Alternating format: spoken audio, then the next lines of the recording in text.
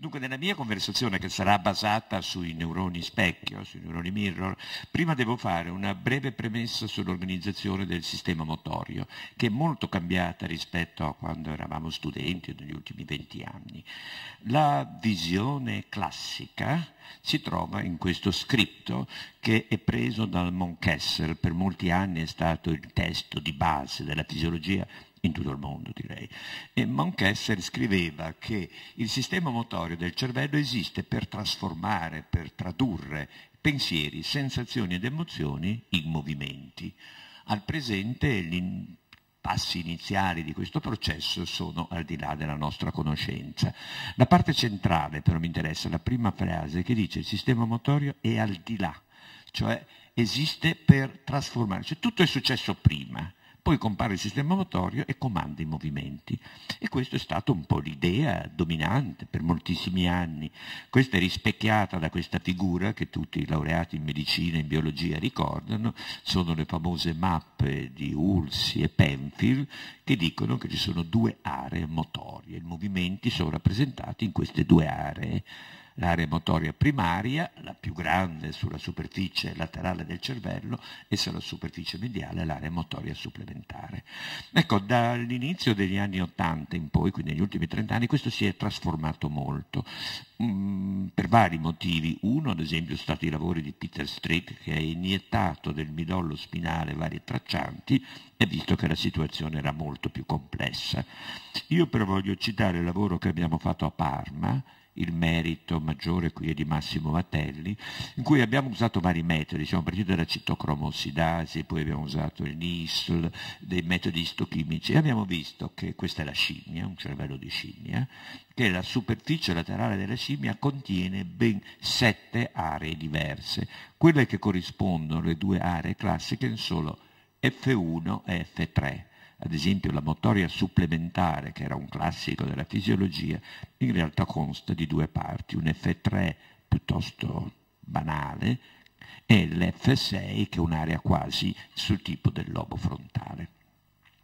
Bene, come dicevano i vecchi, anatomy first, then physiology. Quindi una volta stabilita l'anatomia andiamo a vedere quali sono le proprietà. E noi abbiamo studiato soprattutto le aree della premotoria ventrale, che sono F4 e F5, e vi parlerò soprattutto di F5. La prima si sente? Ah sì, grazie. La prima sorpresa scusi?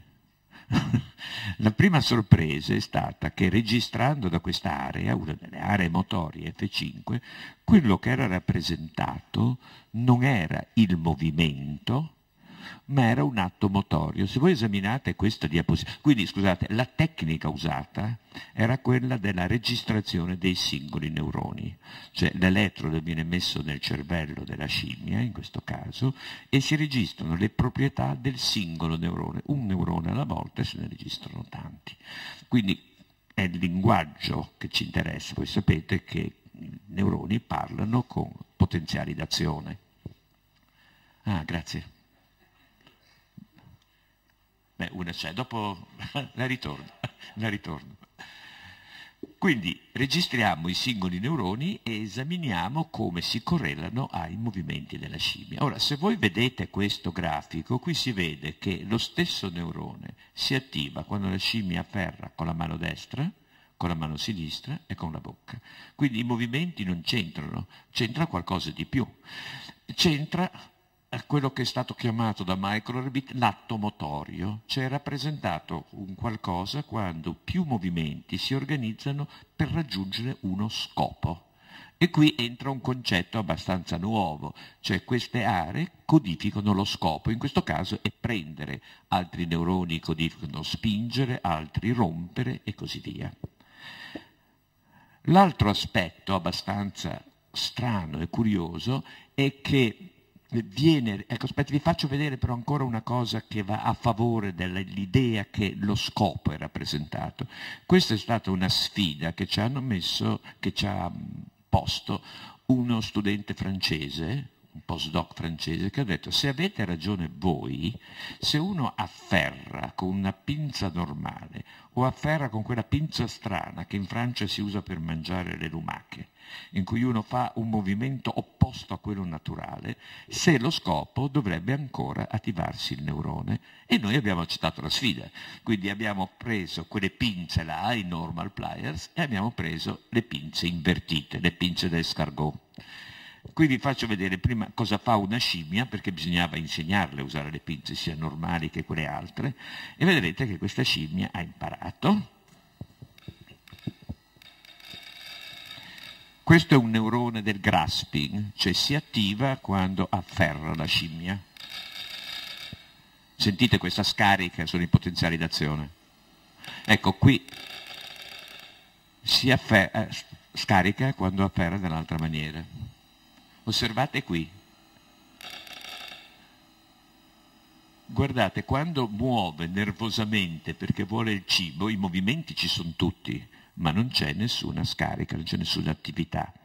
Per rendere le cose un po' più scientifiche abbiamo messo un potenziometro tra le, come si chiamano, le manopole, non so come chiamarle, insomma lì dove la mano tocca la pinza, e il potenziometro dice in un caso che la manopola si chiude, nell'altro che si apre, eppure la scarica è tutta concentrata in corrispondenza dell'azione dell'atto motorio.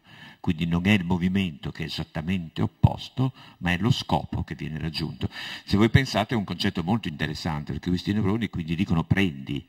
Cioè noi abbiamo come un vocabolario dentro il nostro cervello che dice prendi, rompi, eccetera, eccetera, il che facilita molto poi la trasformazione da quello che noi vediamo, quello che facciamo. Ma questo dopo. Qui ci sono poi le risposte visive. Noi abbiamo visto che ci sono dei neuroni, nell'area motoria sto parlando, che rispondono alla presentazione di oggetti. Questi li abbiamo chiamato neuroni canonici. E la cosa interessante è che c'è una coincidenza, una congruenza. Se io ho un neurone che spara per questo che è chiamato precision grip, si attiva anche quando la scimmia vede un oggetto piccolo ma non un oggetto grande. Se si attiva per un'apprensione di questo tipo, si attiva quando vede una mela, un oggetto grande. Quindi c'è questa congruenza, li abbiamo chiamato neuroni canonici. Poi l'altra categoria sono quello dei neuroni specchio, di cui vi farò vedere molti esempi. Ora, vi faccio vedere però non i vecchi dati, ma dei dati recenti, perché sono molto più quantitativi. Non vi racconto tutta la situazione, ma adesso, grazie alla tecnologia, riusciamo a registrare molti neuroni simultaneamente, perché abbiamo degli elettrodi che registrano non solo dalla punta, ma anche dallo shaft, dall'asse dell'elettrodo.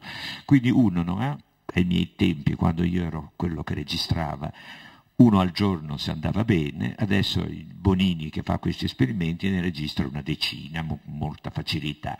Quindi riusciamo a registrare in 5 situazioni diverse, quindi ogni neurone viene studiato sia quando in 3 situazioni in cui fa qualcosa, o guarda un oggetto, o afferra in luce, o afferra al buio, o quando vede le persone, vede lo sperimentatore fare le stesse cose. E lo stesso neurone quindi viene studiato in maniera random. Questi sono neuroni studiati negli ultimi 6 mesi, sono oltre 600, 400 sono puramente motori, 100 sono canonici e 138 sono mirror. E qui questa è la nuova maniera di rappresentare. Ecco, se voi guardate Grasping in Light, qui c'è il neurone motorio, spara solo nella seconda, spara solo qui, quando afferra, quando vede. Questo sistema che abbiamo inventato permette di dividere quando l'animale vede l'oggetto e quando prende l'oggetto. Lui vede l'oggetto, poi c'è un segnale che gli permette di andare. Quindi questo è puramente motorio, quando vede non succede niente, invece quando lo piglia e si è alla luce al buio spara, si attiva. Questo è un neurone invece canonico. Se voi osservate questa striscia grigia qui, basta che veda l'oggetto e c'è già la scarica, poi la scarica è più forte quando afferra. Quando osserva un'azione non succede niente. E infine questo è il terzo tipo di neurone, il neurone mirror, il quale non si attiva alla presentazione, dov'è grasping in light, non c'è una scarica quando vede un oggetto, quando lo piglia sì, e c'è un'enorme scarica ogni volta quando vede una persona afferrare. Ora, questi sono dati molto quantitativi, ma io vi faccio quelli qualitativi, vi faccio vedere quelli qualitativi che sono molto più chiari. Adesso voi vedrete un neurone degli anni 90, di cui si parlava prima, e ops,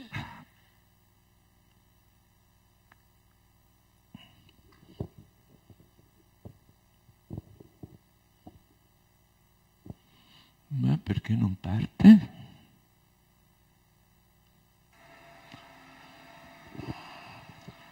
Afferramento, grasping.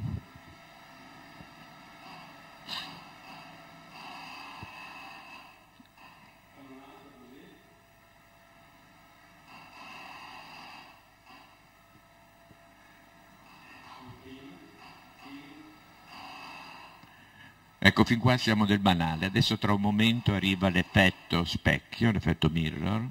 Ecco.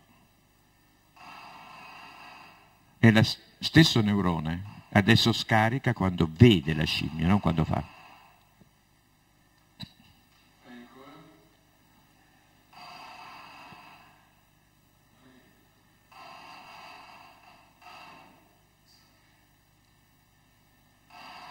È lo stesso. O uno o l'altro, o afferro io o afferro l'altro.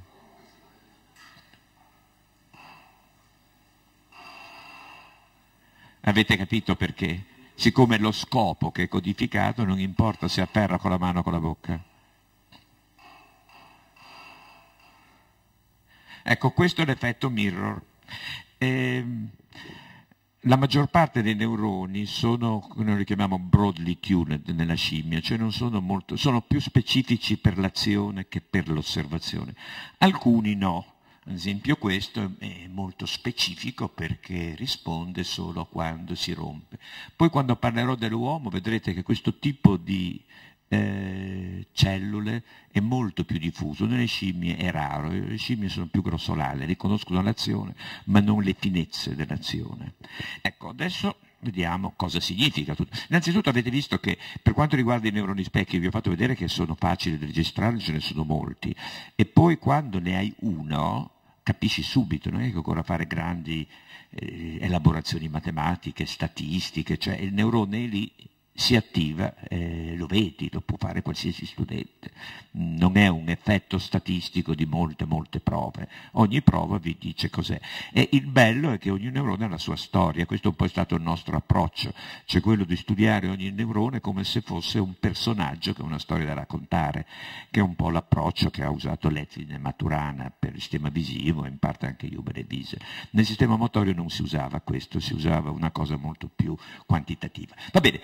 Qual è la funzione? Questa è una domanda mal posta, cioè noi l'abbiamo posta così quando abbiamo scoperto i primi neuroni. Successivamente si è visto che neuroni specchio si trovano in altre specie, ad esempio negli uccelli.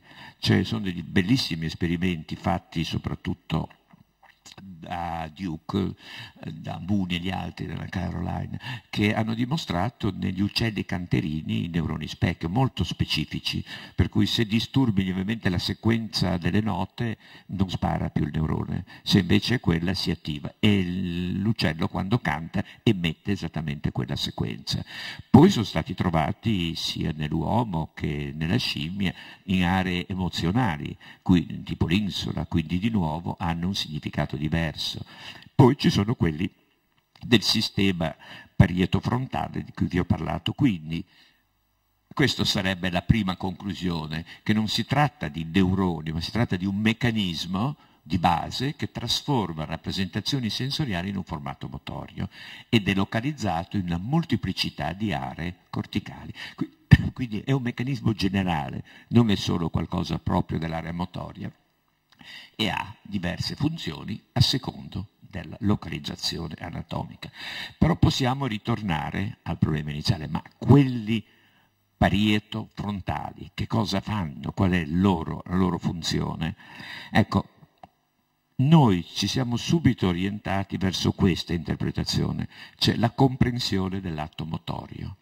L'altra possibilità, che poi discuterò per l'uomo, perché per l'uomo è valida, è quella dell'imitazione. Perché avere una copia motoria di quello che fa un altro è utilissimo per imitare. Il problema è che le scimmie non imitano, o comunque la loro capacità imitativa è molto scarsa, e quindi ci siamo orientati verso questa capacità di capire. Ora, era un po' ardito, però abbiamo fatto una serie di esperimenti in questa direzione. Vi faccio vedere solo uno, quello sull'udito. Cioè, cosa vuol dire capire? Vuol dire riconoscere un'azione in varie maniere, e una delle maniere è quella di riconoscerlo in maniera uditiva.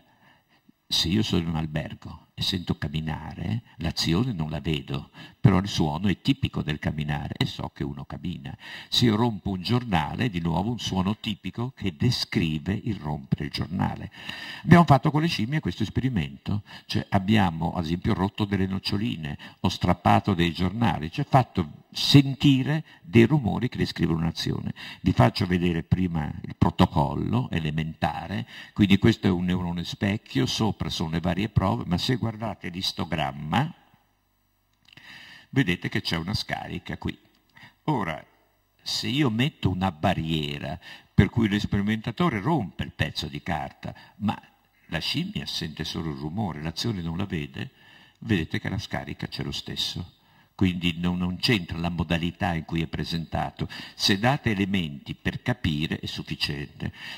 Altri esperimenti abbiamo nascosto addirittura l'azione, abbiamo fatto tante cose. Ecco, poi questo lavoro è uscito su Science, che naturalmente non voleva dati semplici, ma voleva un'elaborazione complessa. L'abbiamo fatta, e qui vedete la population analysis, l'analisi di popolazione. Cruciale è questo: solo suono, blu è lo stimolo migliore per quel neurone, rosso è quell'altro, e vedete che l'animale riconosce a seconda del suono l'azione. Per chi conosce la fisiologia, qui la latenza è molto minore, perché il suono è molto più rapido, non deve avere tutti i processi biochimici dell'occhio, e quindi è più rapido. Bene, la conclusione di questa prima parte l'ha fatta molto bene Marc Jeanneret. Io ho collaborato a lungo con Marc, non proprio sui neuroni specchio, ma sull'organizzazione del sistema motorio. Jeanneret è stato uno dei pionieri nel dire che il sistema motorio ha funzioni cognitive, e questo lui scrive nel 2004: l'osservazione delle azioni fatte da altri genera nel cervello dell'osservatore rappresentazioni simili a quelli della gente. Questo processo circolare dall'io all'azione, dall'azione ad altri io, ha come conseguenza una rappresentazione che può essere condivisa da due o più persone. Questi nuovi dati hanno radicalmente cambiato il punto di vista tradizionale del sistema motorio come sistema esecutivo. State attenti che qui è importante è che io e l'altro abbiamo la stessa cosa, cioè vi faccio un esempio meno cartesiano, meno elegante di quello di Jeanneret, ma immaginate che entrate in un'osteria e vedete uno che afferra un boccale di birra. Ecco, quello che dice questa frase è che io capisco questo afferrare perché dentro il mio cervello ho la stessa rappresentazione motoria. Quindi sono due le conseguenze. Uno, non c'è un processo inferenziale di tipo logico, che era quello che tutti i filosofi hanno sempre postulato. Per certe azioni sicuramente c'è, ma per le azioni normali, quelle che capisce anche una scimmia, non occorre quello, ma una comprensione immediata. Il secondo aspetto, che non è trascurabile, che io lo capisco perché c'è una identità tra me e l'altra persona, cioè non lo capisco in maniera oggettiva come se fosse un principio fisico, ma lo capisco perché questo c'è dentro di me, la sua azione è quello che lui dice, quel sharing, quel processo circolare. Quindi usciamo fuori da una spiegazione puramente meccanica e entriamo in una spiegazione tipo fenomenologica, alla Merleau-Ponty, alla Sartre e così via. Cioè capiamo gli altri perché abbiamo qualcosa in comune. Tornerò su questo punto quando parlerò dell'uomo. Ecco, qui però c'è da dire una cosa, che non c'è niente di magico in questo, non è che improvvisamente perché sparano i neuroni specchio uno capisce. I neuroni specchio sono collegati con altri neuroni e direi sono molto belli i recenti risultati ottenuti da Roger Lemon e il suo gruppo all'University College, che mostrano dimostrano che ci sono dei neuroni specchio nel sistema cortico-spinale. C'è parte dei neuroni che uniscono la corteccia motoria e il midollo spinale hanno proprietà specchio. Perché questo è un dato molto interessante? Perché vi indica che noi abbiamo un vero e proprio pattern motorio. I neuroni specchio semplicemente sono dei trasformatori, trasformano l'informazione sensoriale e eccitano tutto un pattern motorio, uno schema motorio, direbbe Erbib, che è quello stesso che noi usiamo quando facciamo l'azione. Quindi quando faccio l'azione ho uno schema motorio. Se questo stesso schema motorio si replica nel mio cervello, io capisco immediatamente cosa fa l'altro, perché c'è una congruenza tra i due fenomeni. Finora io avevo parlato solo una tecnica, quella della registrazione dei singoli neuroni, che è la tecnica che ancora ci dà più informazioni su cosa fa un neurone. Però, se voglio sapere il circuito, devo usare qualcos'altro. E allora, insieme col gruppo di Lovanio, guidato da Gyorban, abbiamo usato la risonanza magnetica funzionale nella scimmia.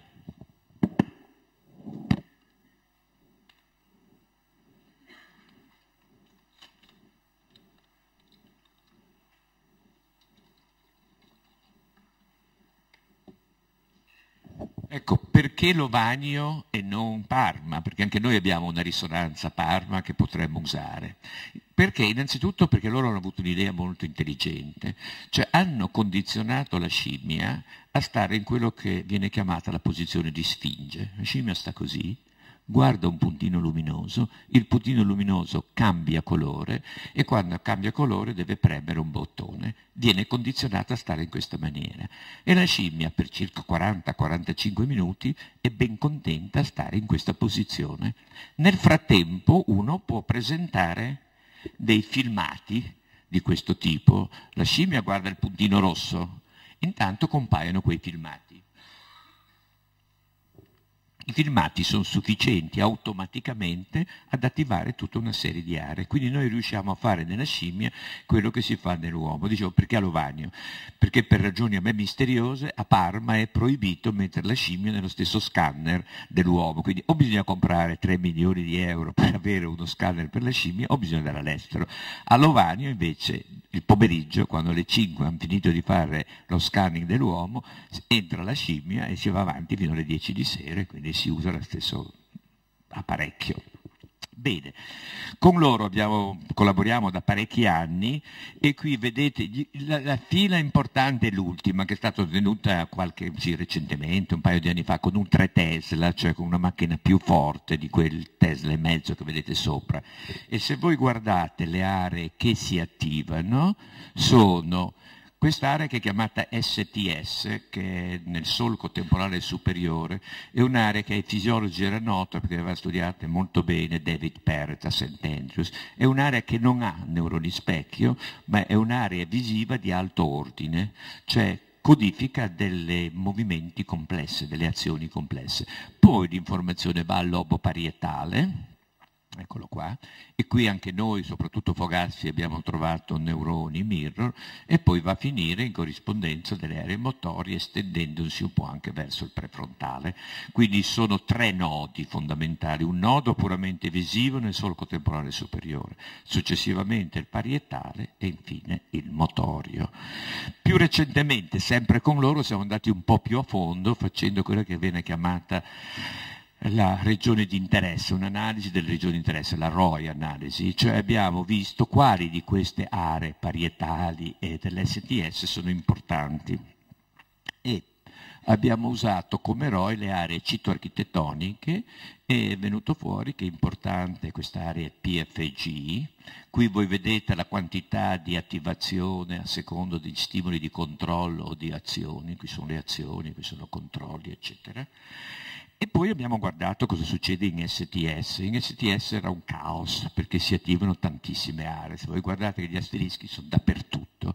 E allora con i nostri anatomici abbiamo fatto un lavoro piuttosto complesso, cioè abbiamo iniettato dei traccianti in corrispondenza delle aree parietali che si attivavano e siamo andati a vedere quali delle aree STS si attivavano. non vi faccio vedere i dettagli sperimentali, ma la sintesi finale, che ci sono due correnti, due stream. Uno va dalla parte dorsale dell'STS e va alla PFG, a una di queste aree parietali, e l'altro del ventrale. Uno dice: ma perché ci raccontate queste cose? Qual è l'importanza? Un dettaglio tecnico? No, è qualcosa di più, perché se voi guardate questa regione qui, va al di fuori del solco temporale e include il lobo temporale inferiore. Ora, il lobo temporale inferiore conosce la semantica degli oggetti. Quindi io, quando presento un oggetto, la scimmia non solo riconosce il tipo d'oggetto, come viene preso, ma anche cosa significa, e quindi può capire se cibo, non cibo e così via. Quindi la comprensione si allarga. Ora passo ai mirror neurons negli esseri umani, nell'uomo.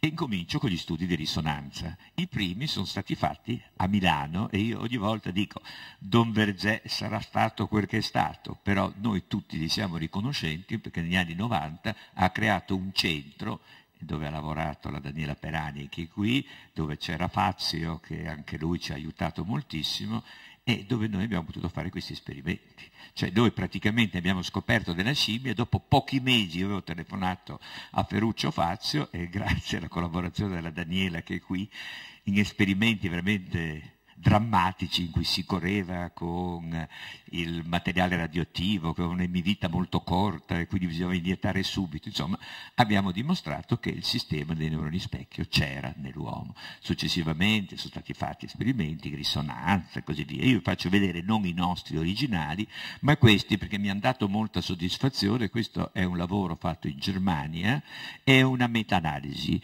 di oltre 125 esperimenti in cui venivano presentati gli oggetti, e se voi vedete i dati sono molto simili ai nostri, sono esattamente gli stessi.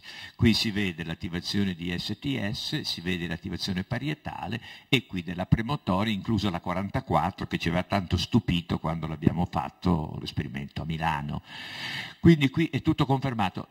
Notate anche un'altra cosa, questo è importante dal punto di vista evolutivo: le aree sono molto più grandi, eccetera, ma sono le stesse nella scimmia, quindi da questo punto di vista l'evoluzione non ha cambiato. Quelle stesse aree che erano importanti nella scimmia per capire le azioni altrui sono importanti anche nell'uomo. Qui, ecco, voglio mettere subito un limite. Io ho detto che c'è un sistema per riconoscere le azioni che si basa su una comprensione immediata, fenomenologica, non di tipo logico e induttivo. Ecco, questo però ha dei limiti e vi faccio un esperimento che lo mostra molto chiaramente.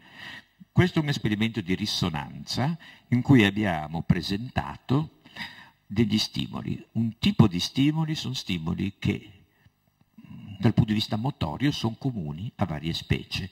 È comune allo studente, è comune alla scimmia, è comune al cane, cioè mordere, afferrare con la bocca. Tutti noi afferriamo con la bocca e gli animali afferrano con la bocca. Nella seconda parte dell'esperimento, invece, lo studente leggeva un brano di giornale, non si sentiva il suono, ma muoveva il labbro. Il riconoscimento dei labiali, come dicono i cronisti sportivi. Poi c'era la scimmia che faceva quello che è chiamato il lip smacking, che è un gesto affiliativo, un gesto che le scimmie usano per dire siamo amici, non siamo in guerra, va bene. E infine il cane abbaiava. Beh, i risultati sono qui. Questo è per quanto riguarda cosa che è comune, il patrimonio motorio comune a noi e agli altri animali. Guardate l'emisfero di sinistra, che è a destra, le macchie sono praticamente identiche. Se io faccio una sottrazione non trovo niente, cioè io riconosco un cane che morde esattamente perché so che cosa vuol dire mordere, lo riconosco come mio. Il mordere del cane e il mordere mio è lo stesso. Le cose però cambiano clamorosamente qui. Quando io vedo uno che legge, c'è un'attivazione della Wernicke, un'enorme attivazione dell'area di Broca, le classiche aree del linguaggio sparano moltissimo. Quando vedo la scimmia che fa il lip smacking, c'è pochino qui, e alcuni studenti ci hanno detto ma forse mi parlava la scimmia, forse voleva dire qualcosa, quindi forse attivavano le aree del linguaggio nel tentativo di capire questa comunicazione della scimmia. Quando il cane abbaia è tutto visivo, quindi naturalmente gli studenti capivano che il cane abbaiava, però perché lo capiva per ragioni induttive. Quindi noi possiamo capire le azioni altrui in due maniere. Una è la maniera fenomenologica, in cui sentiamo quello che succede. L'altra maniera invece è alla Sherlock Holmes, alla scienziato. Uno ha detto che quando il cane fa così vuol dire che abbaia, l'ho capito. Come possiamo capire un evento fisico? Se arrivasse qui un marziano che diventa verde quando respira, dopo un po' sapremo che quando respira diventa verde, ma non sappiamo cosa vuol dire diventare verdi quando si respira. Ecco, adesso passo a un argomento che io ho trattato poco, ma che mi sembra molto importante, poi vedrete perché lo credo molto importante, ed è l'imitazione. Io vi ho già detto che uno dei immediata idea, discutendone con Jeanneret, con Zilles, con altri, dicevano i vostri neuroni specchio servono per imitare, ed effettivamente è vero. Gli esperimenti fatti soprattutto in Germania, da Prinz, aveva dimostrato prima di noi che è molto più facile fare dei gesti simili che dei gesti dissimili. Cioè se io chiedo a qualcuno di fare così, si fa immediatamente così, il tempo di reazione è lo stesso. Se devo fare così, il tempo di reazione è diverso, il che significa che c'è un mappaggio, un mapping di quello che fa uno in termini motori, non solo in termini cognitivi, se no sarebbe lo stesso fare questo o fare questo. Se metto una croce per fare così o un cerchio per fare così è la stessa cosa. Quindi c'era, però i nostri dati sembravano indicare che è l'azione. E un ungherese, Cibro, molto sottile, diceva non potete dire entrambe le cose. Se servono per imitare non possono servire per capire, perché capire vuol dire generalizzare, imitare, e qui stiamo attenti, imitare secondo gli etologi è fare esattamente come fa il maestro, non raggiungere lo stesso scopo, quello viene chiamato emulazione, cioè raggiungere lo stesso scopo, emulazione, imitare e fare le stesse cose. Però ritornando ai nostri dati, abbiamo visto che effettivamente c'era nell'uomo qualcosa di diverso dalla scimmia. Questo è un esperimento di stimolazione magnetica. La tecnica è usatissima in neurologia, è molto semplice. Si applica un campo magnetico qui, eccito la corteccia motoria e vedo un movimento controlaterale. Quindi il principio è estremamente semplice, stimolazione, movimento controlaterale. A questo punto io abbasso la soglia, abbasso l'intensità e vado sotto soglia, quindi non vedo più niente. Applico ancora il campo magnetico qui, ma la mano non si muove. Ma se faccio vedere una persona che afferra, la soglia si abbassa perché arriva l'informazione dalla periferia e quindi diventa di nuovo eccitabile la corteccia motoria. È una tecnica che questo l'abbiamo fatto con Fadiga ancora nel 96 o 97 ed è stato ripetuto da moltissimi. Ma una cosa che non avevamo capito, io e Luciano, è questo. Ecco, qui voi vedete i potenziali motori che vengono evocati da diversi muscoli. Questo è l'opponente del pollice, questo che fa muovere il pollice. Questo è il primo interosseo, muscolo qui. Ecco, qui è la situazione di controllo in cui è molto attento lo studente, cerca di capire quando la lucina cambia colore o cambia intensità, però non succede niente. Ma se vede un'altra persona che afferra, immediatamente compare un potenziale motorio. Quindi l'informazione che arrivava dal sistema visivo è arrivata fino al motorio e ha aumentato l'eccitabilità. La cosa interessante di questo esperimento, eravamo molto contenti quando l'abbiamo trovato ovviamente, ma la cosa che non avevamo capito è qui. Vedete che anche la terza riga dove erano dei movimenti di questo tipo che non avevano nessun senso, che nella scimmia finora non abbiamo mai trovato dei neuroni che rispondono se fai qualcosa che non ha senso. Qui invece c'era una scarica, quindi l'uomo aveva in aggiunta al sistema di comprensione dell'azione un sistema di copia del movimento. Ora se io riesco a copiare il movimento riesco anche a imitare. Questo è un esperimento che non abbiamo fatto noi, è stato fatto da Pasquale Leone a Harvard e se voi vedete è molto bello questo esperimento perché vi mostra in maniera quantitativa che man mano che la mano si avvicina a un oggetto cambia l'eccitabilità motoria della corteccia. Quindi c'è proprio una funzione quasi matematica, quanto uno muove e quanto arriva.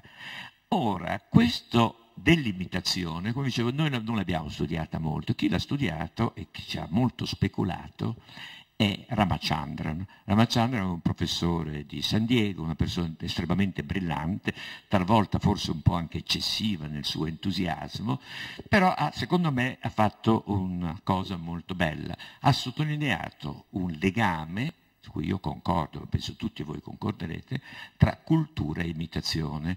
Lui forse ha esagerato dicendo che i neuroni specchio sono i mattoni su cui è stata costruita la cultura umana.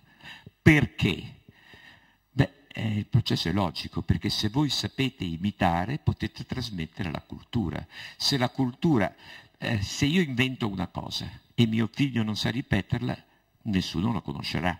Se la specie umana inventa una tecnica, un qualcosa, e Ramachandra dice 100.000 anni fa, quando è stata la famosa rivoluzione, la più grande rivoluzione culturale, e sono comparsi nuovi strumenti, non era più il solito pezzo di pietra che serviva, dice perché la gente ha cominciato a imitare, cioè uno faceva uno strumento diverso e tutta la tribù sapeva farlo, i figli sapevano farlo e così è nata l'evoluzione culturale. Un punto interessante è che qui non è una evoluzione darwiniana che è estremamente lenta, ma è lamarckiana. C'è un qualcosa che viene inventato e viene immediatamente trasmesso e quindi c'è una rapidità enorme di trasmissione. Se qualcuno vuol divertirsi e va su YouTube, c'è una lezione di Ramachandra a Edimburgo in cui parla di questo, e veramente lui è anche un grande oratore, quindi veramente molto divertente. Però c'è qualcosa che adesso voglio dire qui, soprattutto al pubblico italiano.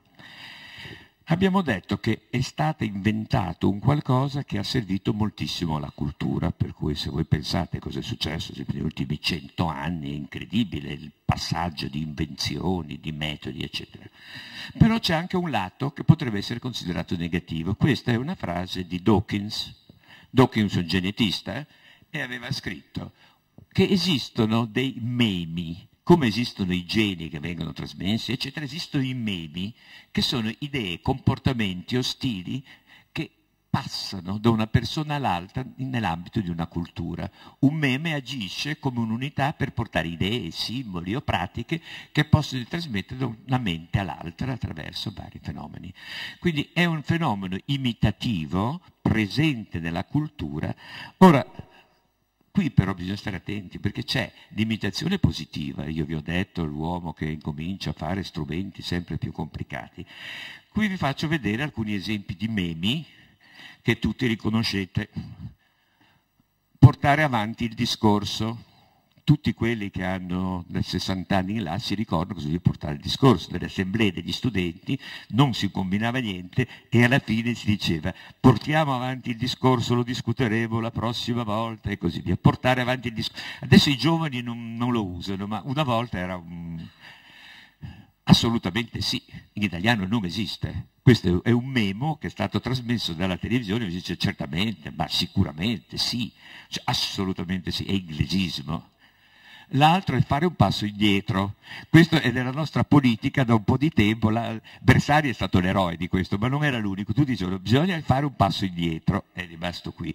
Il mal di pancia si trova invece sia nei discorsi politici che in quelli sportivi. L'Inter ha mal di pancia, vuol dire che dell'Inter ci sono dei dissidi. Perché mal di pancia? Non lo so, ma ai giornalisti piace.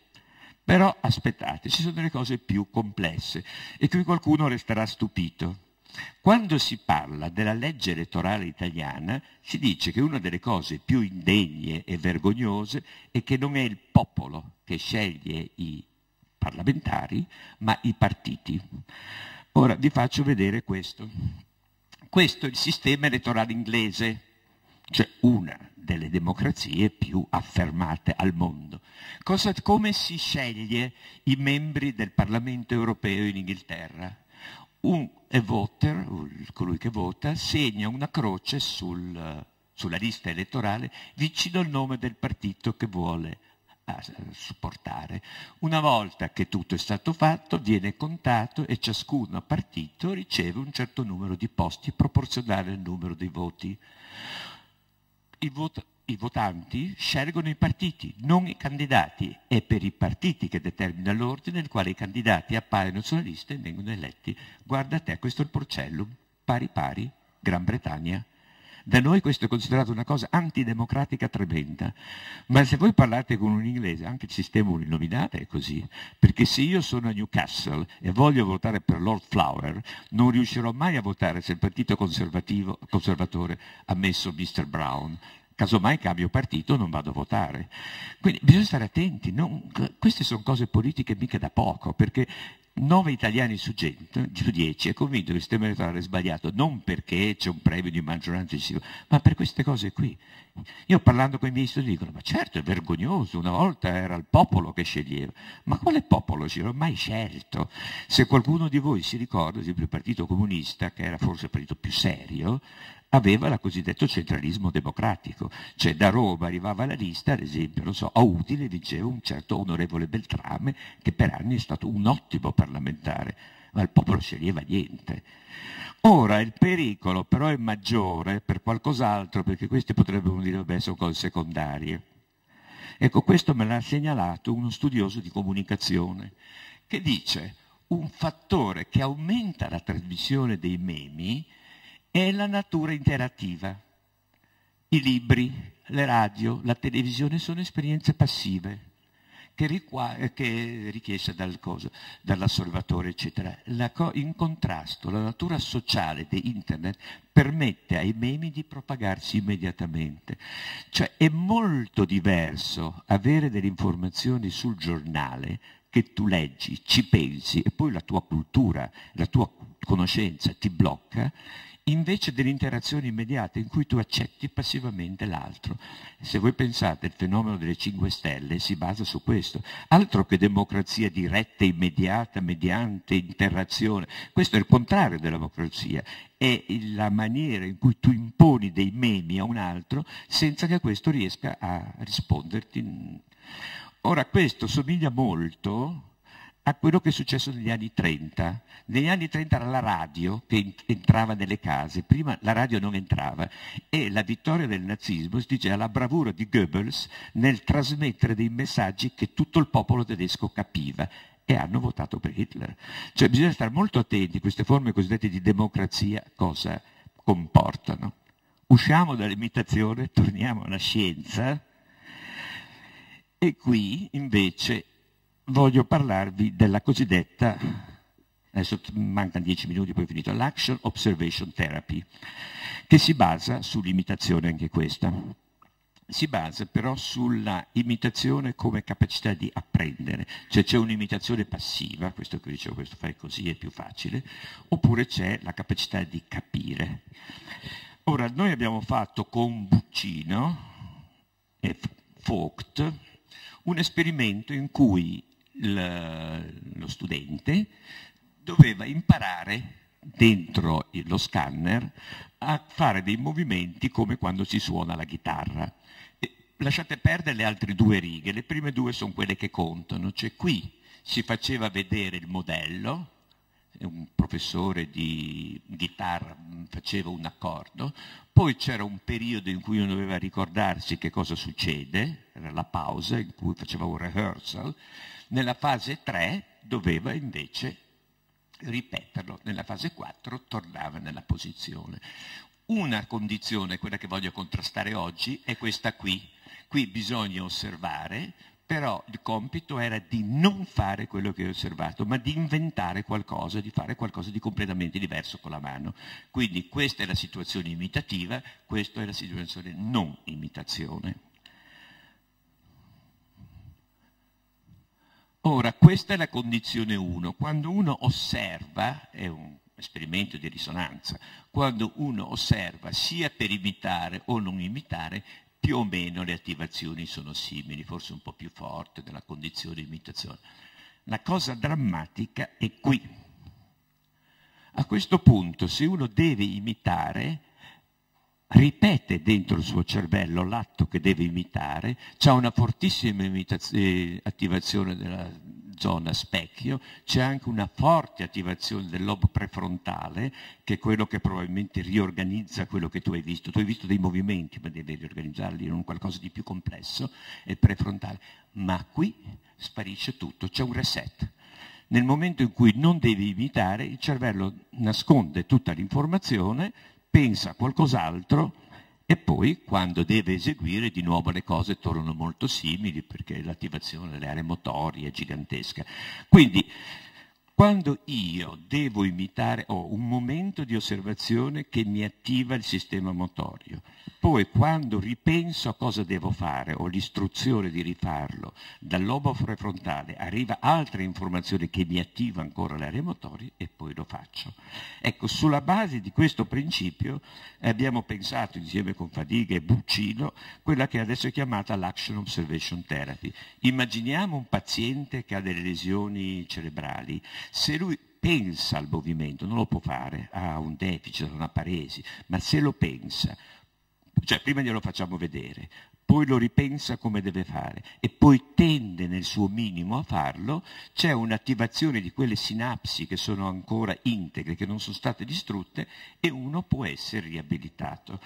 Io non ho lavorato molto su questo, però ci sono vari tipi di studi. Uno è l'action observation negli adulti dopo lo stroke, altri l'hanno studiato del Parkinson, altri ancora nei bambini e infine gli ortopedici, poi vi dirò i vari casi. Cioè, il primo lavoro è stato fatto una collaborazione tra, devo dire una collaborazione in cui noi abbiamo dato solo le idee, ma il grosso è stato fatto in Germania e negli Stati Uniti, su un numero limitato di pazienti, i risultati sono stati discreti, non magici, ma comunque discreti. Poi questo è stato replicato in Italia. Questi sono lavori sul Parkinson e qui sembra che i risultati sono veramente molto buoni, soprattutto il primo lavoro fatto a Genova da Abruzzese e il suo gruppo hanno dimostrato un netto miglioramento in questo freezing. Ogni tanto il parkinsoniano si blocca, non sa muoversi, ma se ha una struttura mentale su cosa deve fare insegnata da questa tecnica riesce meglio. Poi nei bambini i risultati sono stati molto belli. Recentemente c'è un lavoro che qui non ho citato, ma che ha fatto Adriano Ferrari a Reggio Emilia di riabilitazione dei bambini con paresi, che ha dato risultati molto buoni. E questo a me piace molto perché questo veramente è quasi miracoloso. Cioè i traumatizzati periferici, lesioni ad esempio gravi agli arti inferiori per causa di un incidente automobilistico, vengono ingessati, vengono fermati per molto tempo, non muovono l'arto. Poi quando gli togli il gesso, gli cominci la riabilitazione, hanno un'enorme difficoltà, camminano in quella maniera strana con cui camminano durante il periodo in cui portavano il gesso. Se tu gli fai vedere i filmati di una persona che cammina bene e gli imponi di cercare di imitarlo, migliorano in tempi rapidissimi. Cioè dicono in questo gruppo di ortopedici che mentre prima devono portare la stampella doppia per 1 o 2 settimane, dopo pochi giorni cominciano a usare il bastone e così via. L'ultima cosa non c'entra con la riabilitazione, però voglio dire 2 parole anche perché sono stati parecchi equivoci, ed è l'autismo. Noi abbiamo fatto degli esperimenti. L'autismo, voi sapete, è una malattia che sta aumentando in maniera incredibile ed è un deficit nella comunicazione e nei rapporti sociali che hanno certi bambini. Inoltre hanno altre crisi di altro tipo, ma comunque. Ed è una malattia veramente incredibile perché tempo fa si diceva 1 su 1000, adesso si dice 1 su 100. Cioè in pochi anni si è moltiplicata. Adesso il motivo lasciamolo perdere. Comunque per molto tempo si pensava, prima si è pensato a una malattia psicanalitica, poi si è pensato a un deficit di tipo psicologico, la famosa theory of mind, non riescono a sviluppare la teoria della mente. Ora noi abbiamo fatto un esperimento estremamente semplice in cui abbiamo registrato l'attività dal muscoli miloioideo, un muscolo che apre la bocca, e abbiamo fatto un test in cui il bambino doveva pigliare un cioccolatino e metterlo in bocca o pigliare un oggetto simile a un cioccolatino, stesso colore, ma non era un cioccolatino, e metterlo in quel contenitore che vedete lì sulla spalla.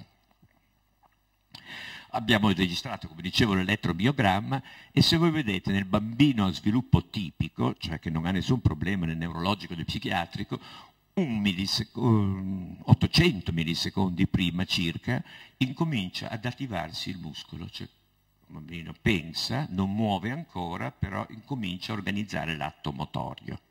Poi ovviamente aumenta.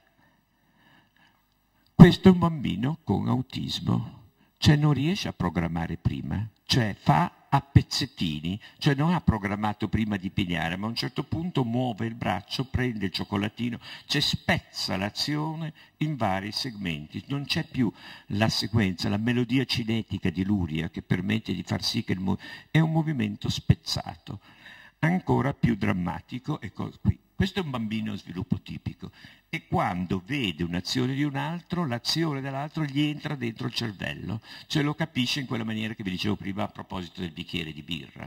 Cioè uno quando vede si attiva il suo sistema motorio e arriva fino alla periferia, addirittura si vede nel minoioideo. Questo è un bambino con autismo. Qui è 0. Questi sono ad alto funzionamento, un quoziente di intelligenza superiore a 70, capiscono tutto, capisco benissimo che uno piglia, però non hanno quella capacità di capire immediata, capiscono ragionando, cioè ogni azione dell'altro deve essere capita mediante il ragionamento, non mediante comprensione immediata. Questa è una cosa detta da una autistica ad alto livello, una signora molto intelligente, però affetta da autismo, che diceva quando era bambino mio papà mi sgridava perché io facevo le cose lentamente, non riuscivo a organizzare le mie azioni. Diceva in una certa maniera dovevo ordinare al mio corpo che cosa dovevo fare, pensandoci ogni volta. Ed è esattamente quello che avete visto prima, cioè il bambino con autismo non riesce a pigliare, deve fare i movimenti a divisione.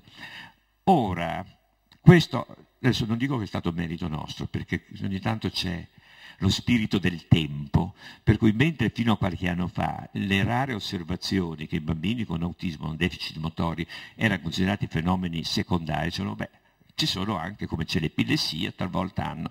Adesso sta diventando veramente un campo di indagine, escono decine di lavori che dimostrano deficit di tipo cerebellare, deficit di tipo premotorio, cioè perché questo però ha molta importanza? Perché cambia radicalmente la visione, mentre prima si pensava a uno sviluppo psicologico malmesso, adesso si pensa che siccome il sistema motorio si sviluppa male, a questo punto il bambino non ha la capacità di capire gli altri in maniera immediata, ma non capendoli in maniera immediata poi ha difficoltà a creare quelle forme di conoscenza superiore o comunque se le forma non sono legate alla forma immediata. E c'è un altro aspetto, adesso questo è proprio l'ultimo che vi faccio vedere, che ci è stato suggerito da un psicanalista, da Daniel Stern. Daniel Stern è un psicanalista dei bambini, che ha studiato la psicologia dei bambini e che è morto purtroppo quest'anno.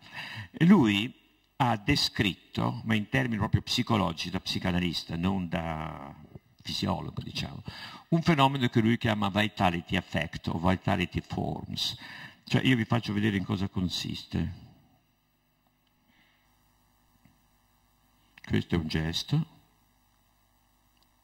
Beh, è lo stesso gesto, però ha un significato completamente diverso. In un caso dice stai calmo, stai fermo, nell'altro impone lo star fermo.